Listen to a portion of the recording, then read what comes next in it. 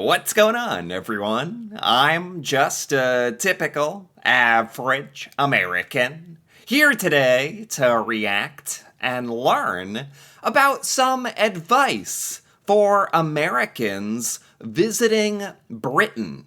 So, as an American who has never visited Britain, I think that this should probably be like mandatory viewing for all of us Americans who ever intend on making the journey one day to Great Britain. I am aware of the very negative reputation that us Americans have of being pretty annoying tourists, for lack of a better word. So I'm really interested to see what kinds of things we should know before visiting Britain so that we have the best chance to decrease our annoyingness. So, with that being said, let's take a look. Here's a rundown of some of the things you'll need to know before visiting my place of birth. Okay. The country, not the maternity ward. Plugs? Plugs? Yeah, there's different plugs. This is something I am, aware of. If you asked most Americans, I think most Americans would assume that the plugs are different, but most Americans have no idea what the plugs are like in Britain. But most of us do know that they're different and you might need like an adapter or something. And I'm going to start by talking about plugs. And I know what you're thinking. Ooh, Lawrence, you talked about plugs in the last video. Is it really worth covering the same ground again? And I think it is. Okay. And the first reason that I say that is because I visit Britain more than I visit America. I actually have some props of my own. Oh. You see, in my last video, I talked about when British people bring their electronics to America, they need some sort of converter in order to take their British plugs and plug it into an American wall. Right. Well, the same is true for Americans when they visit Britain, except Oh my gosh, look at this thing. You know, I haven't seen like a picture of this in a while. I've seen a British plug before. Man, they look strange. No offense. Strange to me anyway. I'm sure our American plug looks strange, but so yeah, you need like a converter or like an adapter. I'm sure you can like buy one from Amazon or something. there's a few things that you need to keep in mind. Firstly, voltage. Over the years, I have heard the occasional American express safety concerns over the 230 voltage of UK electrical outlets. Oh. This is because in the US, the standard voltage is between 110 and 120 volts. Oh, I did not realize that. The voltage is stronger, larger in the UK? What does that mean in like a practical application? More electricity is going into your appliances? Like, do appliances and, I don't know, electrical stuff in Britain just like run harder? More powerful? Does your toast get toasted more? What does this actually mean? And does it mean if we plug our American stuff into British plugs, British outlets, it's gonna like fry them and they're gonna like explode because there's more voltage? I don't know how this stuff works if you haven't caught on.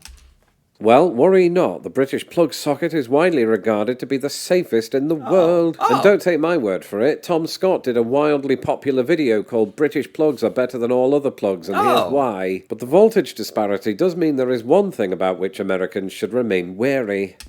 Well, you know what? I think, I'm trying to remember. I did learn a bit about British plugs at one point. I think British plugs have a little fuse inside of them. Could that be correct? So there's actually like numerous fail-safes inside the British plug that make it safer. But that's a plug. I want to distinguish between a plug and an outlet. I don't know why I'm doing this. Like, I don't know what this... does this help? Like, the outlet is in the wall, and the plug is like, does that help? Plug goes into the outlet. But if you put a converter in there and then plug your American plug in the British outlets, is that okay? I assume it is, like, because they, I assume many people before me have successfully done this. Whether or not your device can convert 230 volts to 120. If not, you may need to buy a separate converter. Most American laptop power adapters already have one built in. If it says 110 to 240 volts, you're fine. Secondly, Oh, so a lot of stuff is in the modern day, the the age of technology.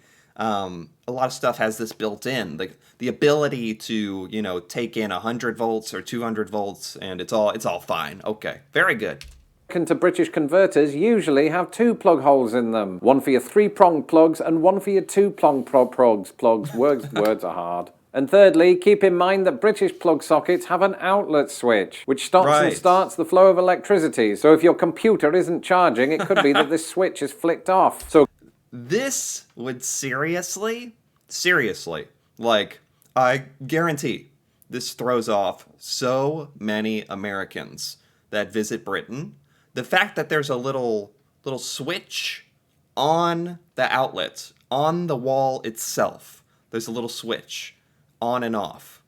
That doesn't exist in America. I guarantee you there have been so many Americans that have plugged in their stuff and wondered, why isn't the electricity working? Why isn't my stuff working? Is there something wrong with the power here? And it's literally just that little switch. I guarantee you that has happened many times. A good counter to that is switch it on.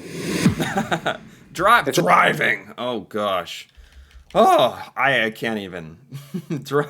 Driving in Britain is, I have an irrational fear of it, you could say. And it's mostly because of the driving on the other side of the road. I won't say driving on the wrong side of the road, because it's just the different side. For Brits out there, we're driving on the wrong side of the road over here, on the right side. Just thinking of trying to drive on the left side of the road fills me with a little anxiety, because you train your whole life, you drive a car. Especially in America, we only drive cars. We barely have any public transportation. We're all in our cars on the right-hand side of the road, and if you're on the left-hand side of the road, that is very strange. That means something has gone horribly wrong. Every ounce of your being is saying, this is not right. You're gonna crash and die. So I think it's probably tough for a lot of Americans to flip that switch mentally, and on the wall sometimes, but also mentally, to be able to let themselves drive on the left-hand side of the road and be like, okay, this is normal. And then you gotta, like, when you take a left turn, you stay on the left hand, and when you take a right turn, you go to the left side, not the right. It's just thinking about it. I think it's a lot harder to do than people give it credit for. Like, and Brits that come to America and drive, having to make the switch mentally to being on the right-hand side of the road, where that is like, that just goes polar opposite to what you've practiced. I think that could be very hard. If there's one thing that I know about Americans, it's that they really like to drive. And if American tourists who've messaged me are to be believed, their driving even extends to when they visit Britain, even though they really don't have to. If that's you, then here are a few things you'll need to know before driving on. So in Britain, you probably can get around more with public transportation, but us Americans, we're just so used to having a car. If I didn't have a car, I'd feel like naked. Like, how do I get anywhere? Like, I'd feel powerless in a way. It's kind of weird. It's probably a bad thing, honestly.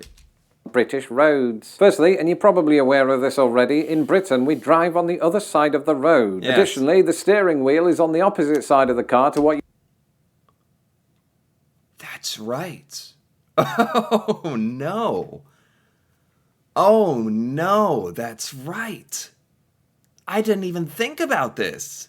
The steering wheel is on the other side of the car, isn't it? Oh my gosh, I completely forgot about that. That's a thing. Oh my, okay, no way. Not happening. Oh my, So you have to immediately acclimate to driving on the other side of the road and to being on the other side of the car. Oh my gosh, I can't believe I never thought of this.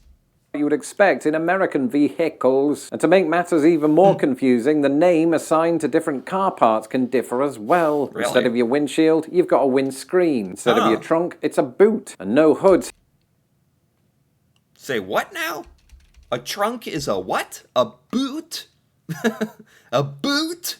Like that you put on your foot in the snow? A boot.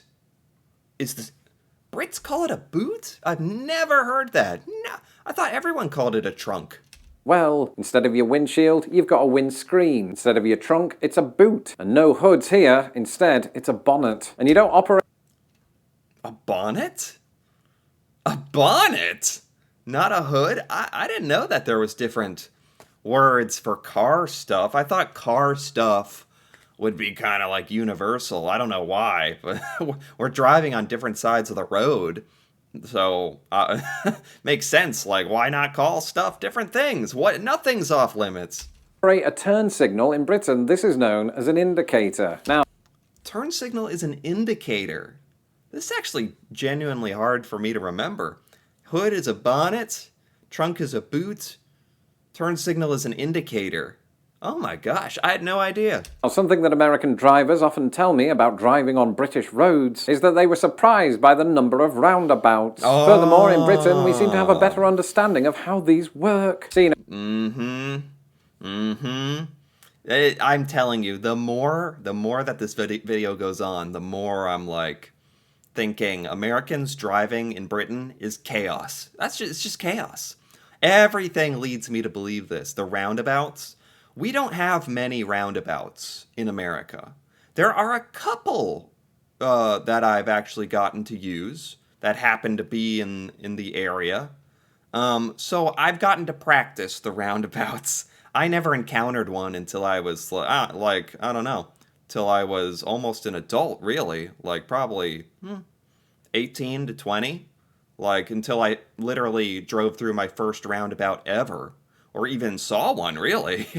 I don't want to say they're getting more popular here, but I guess it went from 0 to like 2 of them. And most Americans are hopeless at this. No idea what's going on. When you first drive into one, you're like, what's happening? How does this work? But I will say, once you figure out how to do it, they're fantastic. They're great. We should have more of them so that Americans would just get used to it. But yeah, for a lot of Americans going to Britain, it could be their first time going through a roundabout on the opposite side of the road, sitting in the opposite side of the car. It's a nightmare. In America, roundabouts do exist, but they're harder to come by, and when you do, they're almost treated like a novelty. Yeah. And no driver ever seems particularly confident or knowledgeable about when it's their time to go. Yeah. So, before visiting Britain, do your research on roundabouts as well as road signs. Because while both countries have pretty similar signs for stop, others might seem quite alien. Take, for example, give way, which means the same thing as yield, or elderly... What is this? Alien. Take, for example, give way. Give way? Give way? I've never seen this sign before. Give way? I would not have thought that the road signs would be different in Britain. I thought it'd just be like safer if that stuff was universal. But it's not. Here it's a yield. It looks exactly the same colors and everything, the shape. But in the Britain it says give way. It's a good thing I saw this. Seriously, Americans need to watch this. Because I would not have known what this meant. Give way? Sounds like a pirate or like, make way, arg. Give way to the banisters, hold the masses. Like, I don't know why. That's what I think of when I see give way. Which means the same thing as yield, or elderly people crossing the road, because as far as I can tell, the United States does not have an equivalent of this sign. Oh, no. That's kind of nice. Britain has a watch out for elderly people crossing the road. That's nice. No, we don't have that. how do you know that that road, like, the majority of people crossing are elderly? Like, is the road located by a nursing home, or I've never seen a sign like this, but I'm not against it. Which just instructs drivers to slow down if they see elder pedestrians trying to cross the road. Okay. Also, depending on how far west you end up, some road signs might appear in Welsh. This means you've either entered Wales or you're about to. Oh, trains. Oh, this is good. This is good, because in America, gosh, we barely have trains. Like, we certainly know above ground trains that, like, drive all over the country. Forget about it. We got some subways, like underground trains in some of our major cities, but that's about it. I would expect British people encounter and use trains much, much more often than Americans. But sometimes you'll encounter the odd, sometimes very odd American tourist who would prefer not to drive and instead get around on buses and especially trains. And here's the thing you need to know about Britain's trains, they're quite expensive. This is particularly true when... I think that using a train in Britain would be fun for Americans. It's like a novelty. Like, we really don't use trains. I can't remember the last time I was on a train. But it's expensive. Huh. That's unfortunate, because isn't it like, it's public transportation. It's better for the environment, right? Not driving a car? Shouldn't it be cheaper? And we're not so much talking about the London Underground, but Britain's National Rail. However, there are ways to cut costs on those longer train journeys. The method, known most commonly to British Rail users, is to book 90 days in advance, as the cheaper tickets typically go on sale at that time. Wow, it's like buying an airplane ticket. You got to buy that far in advance, and then you get a discount. Okay. The following is not a brand sponsorship, but it is something that my wife and I discovered, and we think that more American travellers should know about. A lesser-known method, open only to US residents, is to buy what's known as a BritRail pass. These offer good bang for your buck if you're travelling long distances or taking multiple rail journeys. Look at this. You can just take the rail. Like, this goes, like, throughout Great Britain, right? These rails and stuff. Man, that's cool. Yeah, in America, like, it's just not a thing. Like, America is gigantic. But, we got resources. We got budgets. Like, we should have an intercontinental, like, rail system, so people can, like, go across the country here on a rail and, like, actually travel throughout the country. Like, as it is now, if you're trying to travel through the country, you're going to fly. If you're going to drive, it could take you over a day, like 24 hours of driving, which will take you multiple days to do just to, like, get 3/4 of the way across the country. If you're not sure which method is best for you, do some maths. My wife and I have used both methods depending on journey complexity. It just takes a bit of planning, which my wife is really good at. And by the way, it's important that I make this distinction between the London Underground and Britain's National Rail, and here's why. Get out of London. I see what he's doing here. Advice for Americans visiting Britain: get out of London. Nothing against London, but it's true. When Americans think of Britain, we're like, yeah, I'm going to London. It's like, wait, there's a lot more to Britain than London. Do you know that? It's like, most of us Americans know. And, like, even myself, I struggle, like, to come up with many places outside of London that I would even know to go to. But I do know there's a lot of cool stuff in Britain, some of which I've reacted to, but get out of London is good advice. I think for most Americans, visiting London is the point. For better or for worse, that's the bucket list item. I gotta visit London. I don't know, is that the same for British people? Like, you want to visit New York City or Los Angeles, right? You don't want to, like, go into some random place in, like, South Dakota. Like, so this is a good point, I think. As somebody who used to live in London and has visited many times, I think it's fair to say that London has a lot of things to see. And so by all means, spend a lot of time in London. But if you're able, don't spend all of your time there. Yeah. Because Britain has so much more to offer than that. What does it have to offer? The Cotswolds, yes. When my wife and I visited a few years ago, we found ourselves in the lovely surroundings of Gloucestershire. Wow. Not only did we stumble upon lovely countryside, we accidentally ended up in a cow field. And if countryside is your cup of tea, check out the Lake District. Rick Steves did. Or take in the majesty of the Yorkshire Dales with its rolling green hills that the universe built specifically for your Instagram clout and because it had nothing better to do. Or visit Wales and Scotland. Wales, Scotland. Wait, what did this say? The whole world hates us. Oh no. Oh no. This is advice for Americans? The whole world hates us? No. What couldn't be? And the final thing that I'm going to talk to you about today is how you as Americans are perceived in Britain. In all the years of doing this channel, I've met two kinds of American. The kind that says, I don't give a damn what those redcoats think. Or, the rest of the world doesn't like us. And it's that second viewpoint that I feel compelled here to address. Okay, I'm actually glad he's talking about this. Because as an American, I'm curious. And for any Americans thinking of visiting Britain, or any country really, it's just good to know how you're going to be perceived.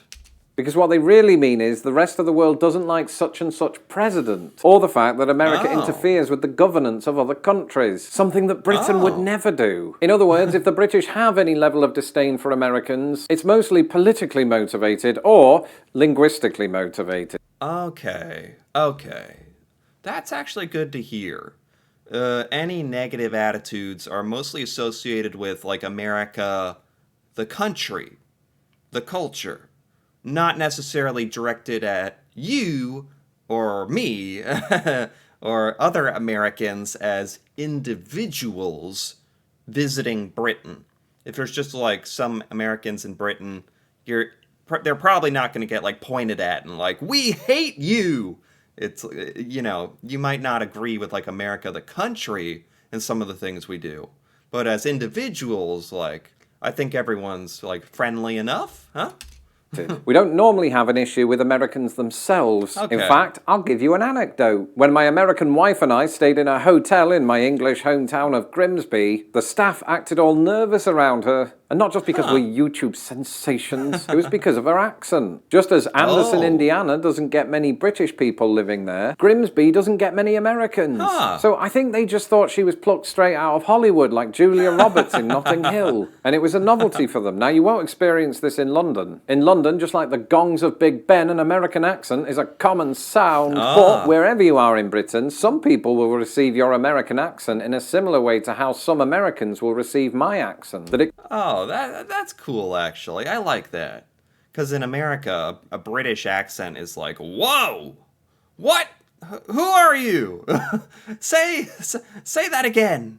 And you're like, Americans are just like so curious about British people. Because it's so rare in daily life. In most of America, it's so rare. Like, I don't think I've encountered a British person ever in real life. Yeah, I don't think so. I'm struggling to think of one single time in my whole life I ever encountered a British person in America anywhere, and I can't. Wow. So it's fun. It'd be a novelty. It'd be like, wow, cool, you're so worldly. And I guess that can be kind of true for some Brits out there, depending on where you live. You're like, oh, American. Wow. So I like that. And with that, I think that's a good place to stop. This was very interesting, very useful, very productive. Taught me a lot of really important stuff about Britain and things to expect from, British culture shocks. And I still do believe Americans visiting Britain should definitely watch this video. Like, I can't imagine not knowing some of this. This was by Lost in the Pond. I gotta give it a like.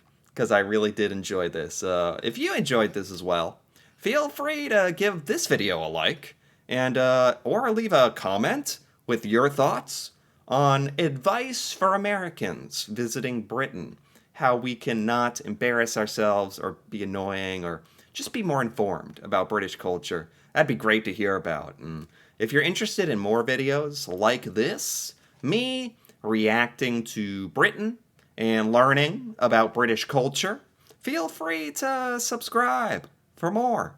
And until then, thanks for watching, and see you next time.